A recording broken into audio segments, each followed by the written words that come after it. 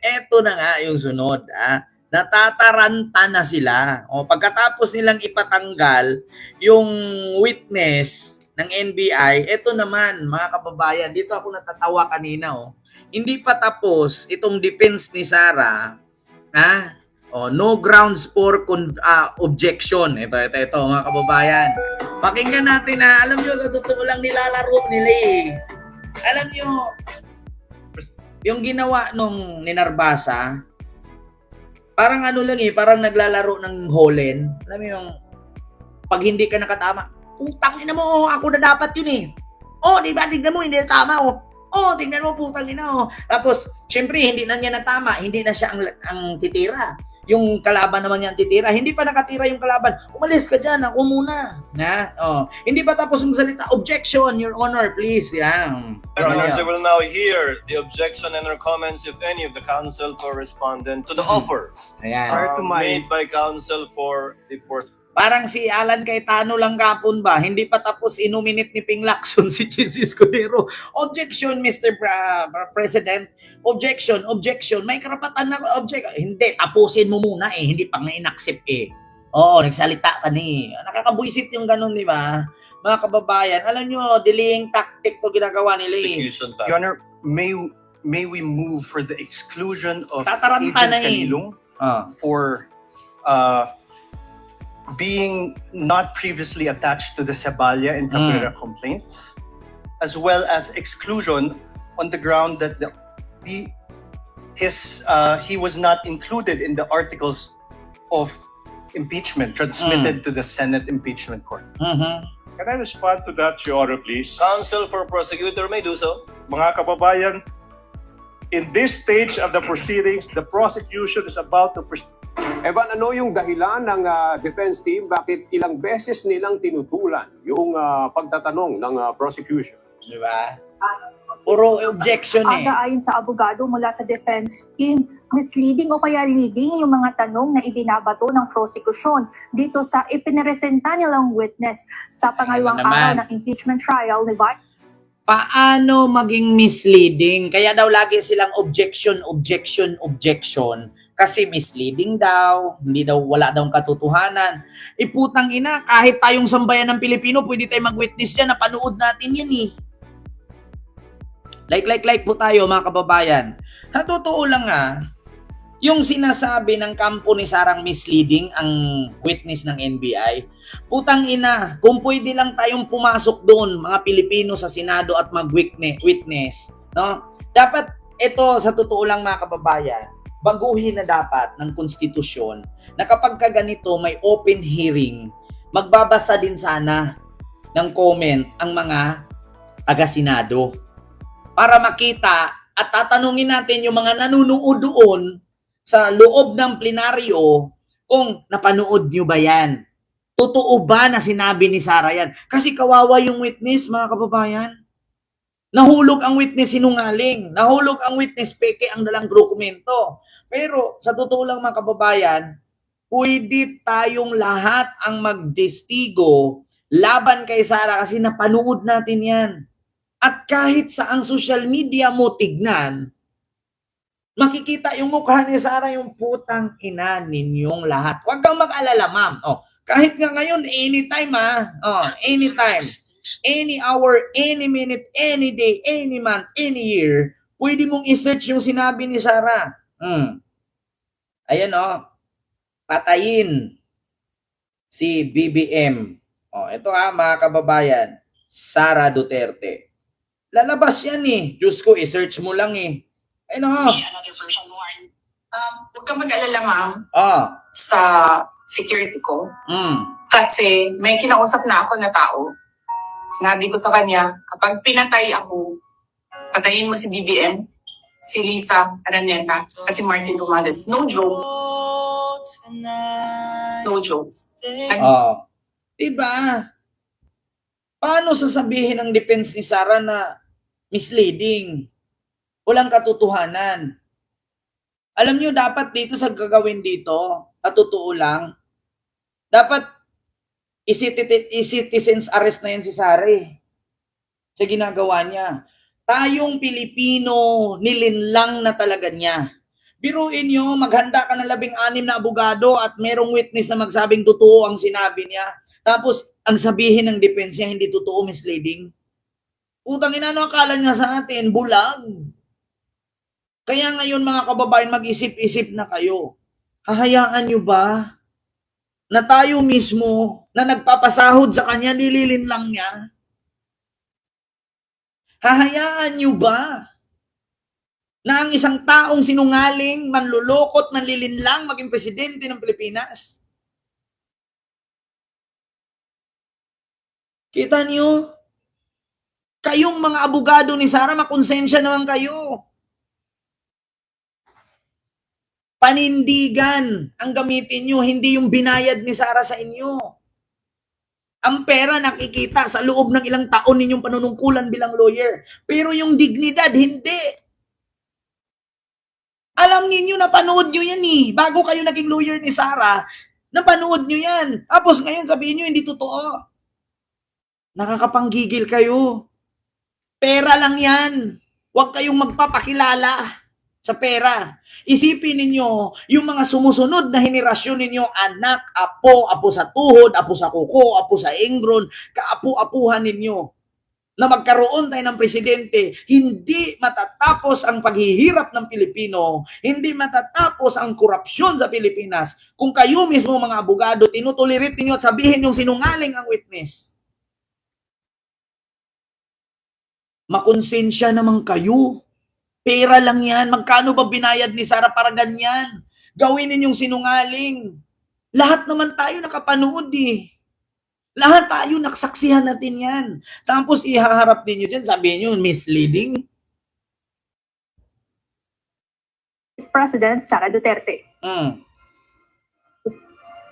Sa isinagawang direct examination ng prosecution kay John Mark Calilo, Senior Agent ng National Bureau of Investigation, Cyber Investigation and Assessment Center, nagtalo ang dalawang panig kung ipapakita ba ang 2-minute portion ng higit 2 oras na video laman ng umano'y assassinate. Sa totoo lang, kahit maglakad akong nakatuwad, hindi ko talaga tanggap na sabihin hindi totoo ang sinabi ng NBI. Insulto sa NBI yan na, tandaan ninyo, yung mga NBI agent na yan, mga abogado din yan, nag-aaral din yan ng batas. Yung NBI agent na witness na yan, mas may utak pa yan kaysa kay Robin. Insulto sa NBI yan. So, ibig sabihin ng NBI, fake news, NBI, peke. Insulto sa NBI yan. At hindi lang sa NBI, sa ating mamamayang Pilipino.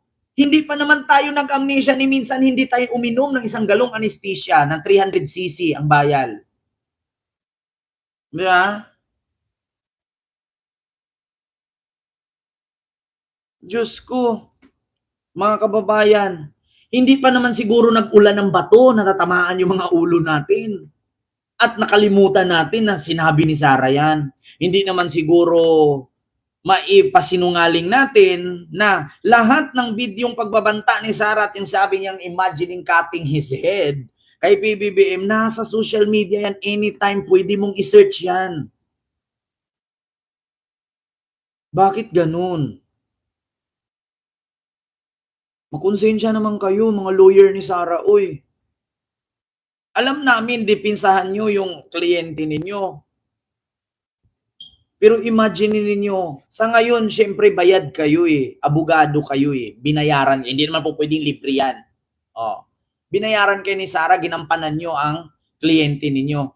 Pero maramdaman nyo naman yan eh, sa mga anak at sa apo ninyo na hindi magbabago ang Pilipinas, hindi uunlad ang ating bansa, hindi matatapos ang korupsyon kung lagi nating itotolerate ang mga mamumuno na korap. Threat ni Vice President Sara Duterte laban kina Pangulong Ferdinand Marcos Jr., First Lady Liza Marcos at dating House Speaker Martin Romualdez noong November 23, 2024. It is for the prosecution to decide what to present, when to present, how to present, and whether to present at all. Matapos ang maikling recess, pinayagan ng Senate Impeachment Court ang prosekusyon na ipalabas ang 2 minutong portion ng video. Ayon kay Presiding Officer Senator Judge Cheese Escudero, layunin itong makatipid sa oras at suportahan ang mga aligasyong nakasaad sa Articles of Impeachment. Tama, hindi mo naman po pwedeng i-play mo yung buong 1 oras, hearing yan eh. So kung saan si Sara nagsalita, ikat mo yun. Di ba? Prosekusyon, habang nananatili namang malaya ang depensa na naiharap ang iba pa nilang ebidensya sa tamang pagkakataon. Sa isinagawang pagtatanong ni Attorney Amado Ligutan, private prosecutor, inalmahan ni Attorney Carlo Joaquin CJ Narvasa ang paraan ng pagtatanong ng prosecution. Mr. Witness, you said that your office, the NBI, conducted an investigation for a statement made by the Vice President noong Nobyembre 23, taong 2024. Kahit hindi na mag-conduct ang NBI, napanood naming lahat yan. Kahit hindi mag-conduct ang NBI, try niyong itanong sa sambayanang Pilipino kung yan bang video na sinabi ni Sarang putang ina ninyong lahat ay hindi totoo. Hindi po pwedeng sabihin ni Sarang AI yan. Hindi pa kami na amnesia. Pangalawa, wala kaming Alzheimer. Pangatlo, ang ulan sa Pilipinas tubig, hindi bato. Na para pag nahulugan kami, makalimutan namin yung pangyayari. Si Marcoleta lang naman yung katabi si Andaya, pero hindi na maalala. Si Marcoleta lang naman yung kasama si Andaya, nakipaglaban sa flood control corruption noong panahon ni Digong, pero ngayon, nagulat ka, hindi na niya alam.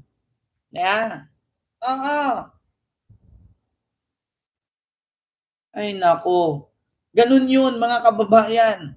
Kaya kahit walang NBI, sa taong bayan nyo tanungin, bakit hindi nyo subukang magpapirma kung totoo ba?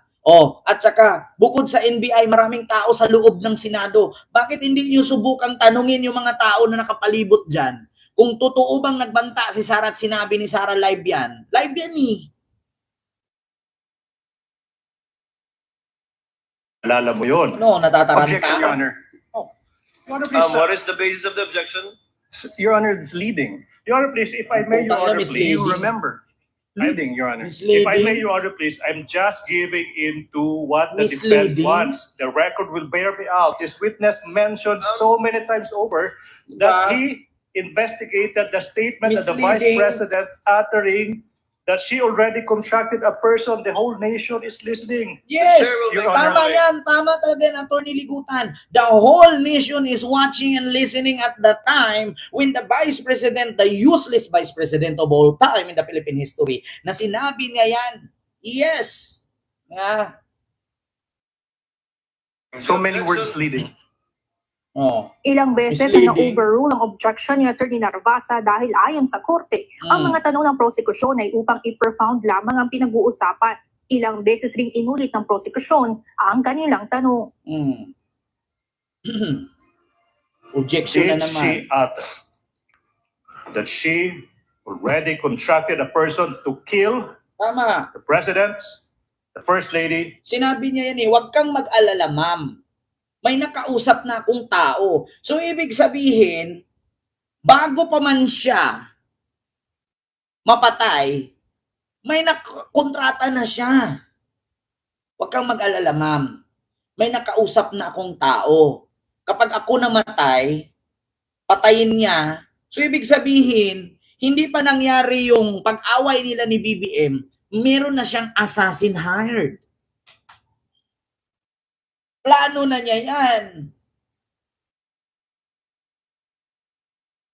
Hindi man natin pwedeng isabi na when emotions are high, the intelligence is low. Wala namang sunog dyan. Sa sunog lang naman mangyayari na napakabigat na refrigerator na bubuhat mo. Yan dyan, live yan eh. At saka kung talagang may utak ka at abogado ka talaga, hindi mo sasabihin yung ganyan na alam mo mapapahamak ka. Sa madaling salita, bobo ka talaga.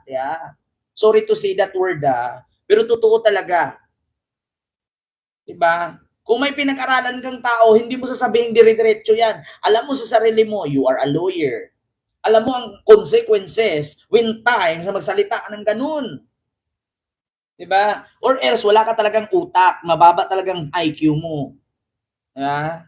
Former Speaker, in what portion? Objection, Your Honor. Ayan Sir, na naman. Objection. Your Honor, this honorable court already ruled on this question. Object na naman. Punsod nito, nagdesisyon si Presiding Officer Cheese Escudero na siya na ang magtanong sa testigo.